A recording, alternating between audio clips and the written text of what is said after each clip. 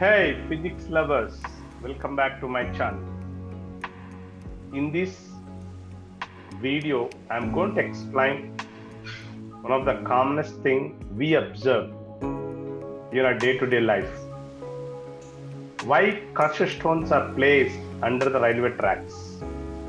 Everybody might have traveled in a train and you can feel the smoothness of the train when it travels on the railway tracks.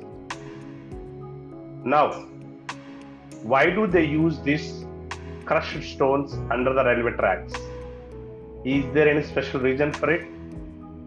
Or can we use any types of stones? And what do we call that crushed stone that we use under the railway tracks? Why can't a train travels on the roads that we have built for buses? We all know that a train is many times heavier than a bus. So these roads that we have built for buses are not suitable for trains because the roads cannot bear the weight of it. So we need to have a separate tracks for the trains to move smoothly. But let us understand the real reason behind the stones. Before I go to the reasons behind it, please subscribe my channel.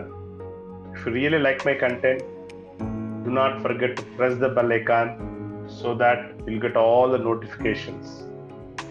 Let's see what is meant by a track ballast. So let us understand what is the term track ballast means here. See, this is nothing but the crushed stones that we just use as a bed under the track. We call that the crushed stones as a ballast. So let's understand how these railway tracks are generally built. So what they do is, first they'll put the bed of these crushed stones. On the top of that, what they do is they'll keep they'll keep a rectangular bars. These rectangular bars placed on this bed of stones, we call them as sleepers.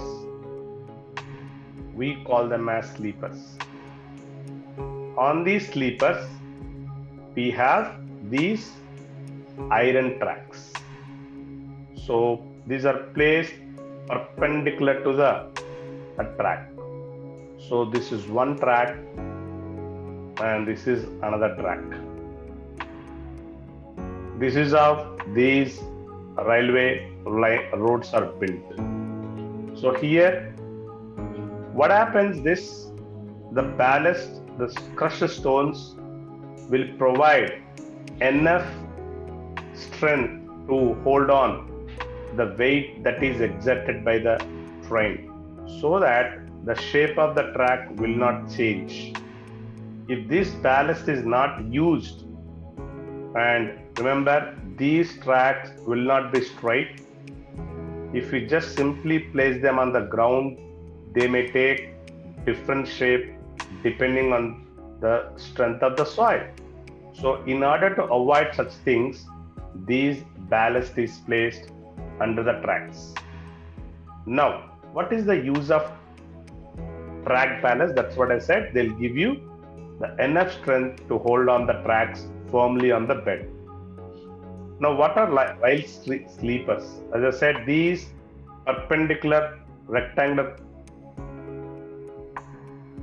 cement, generally they are made up of cement, or in the olden days it was made up of actually wood. You can see them in the olden railway tracks. These were made up of the cement, rectangular cement, and wooden sleepers were used. Nowadays under the tracks we use the cement sleepers, so because it is easy to manufacture. Okay, so these are nothing but sleepers. The question is, can we use any types of stones? No. What is the advantage of using uh, ballast or the stones having different edges?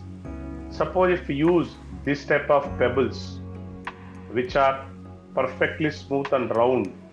So what happens is when this type of pebbles are used, they will not have the grip. Why? Because since they are round and smooth, they easily slip off. They cannot be placed one over the other and they easily move away from each other. That is a very dangerous thing. So we cannot use this round shaped pebbles as a ballast. We have to use only the stone having irregular shape so that they'll be interlocking with each other and they'll provide enough strength for the track to stay on. So very important thing is we cannot use this type of pebbles as a ballast. So if you look at, this is the real shape of the track. That's what I'm talking about. So here this is how this is made. So we have these sleepers and under this there is a bed of ballast, that is crushed stone is there. On the top of that, I said we keep these sleepers over which these tracks are running. Now, if you look at the other purpose of this ballast, let us understand one important thing. During rainy season, we all know that, and there's a lot of rain that also falls in the tracks. Since these ballast, the crushed stones have some gaps in between, so water cannot stay there. So it acts like a passage. These holes acts as a passage. So water can travel across the track also. So for example, so that the water will not stay there, so that the soil below the track will not become wet. So that is another advantage of it. One more advantage is, since this is completely a stones and there won't be any plant, there won't be any vegetation. If you look at this, there is a lot of vegetation along the track but not on the track.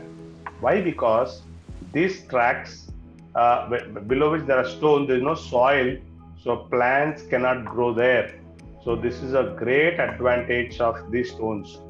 But if you look at this track which is not in use, so since it is not in use, slowly there is all these crushed stones will disappear and there is some what you call it as clay or something, and plants started growing on that, and this type of tracks are not suitable for trains to travel.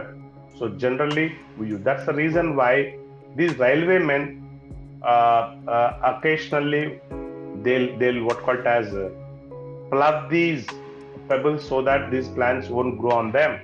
They'll keep on checking on that. So if there is any soil trap in between the stones, so if there is any soil, then the plants may have a chance to grow. They do all that things. So you should understand another important point here. Even when the train is moving on the tracks, a lot of vibrations are produced, and that's why they use this clamping technique. Under this, they use a rubber to absorb all the vibrations so that these vibrations may not be carried to the nearby buildings, and those buildings will be protected from those strong vibrations.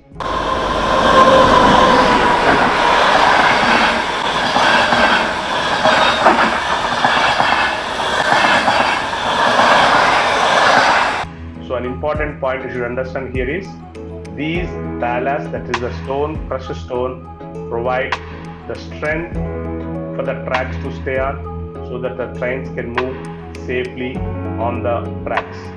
So I hope you all understood the real reason behind the crushed stones under the railway tracks. Keep learning physics, and definitely you all will enjoy physics. I wish you happy physics learning. Thanks for watching.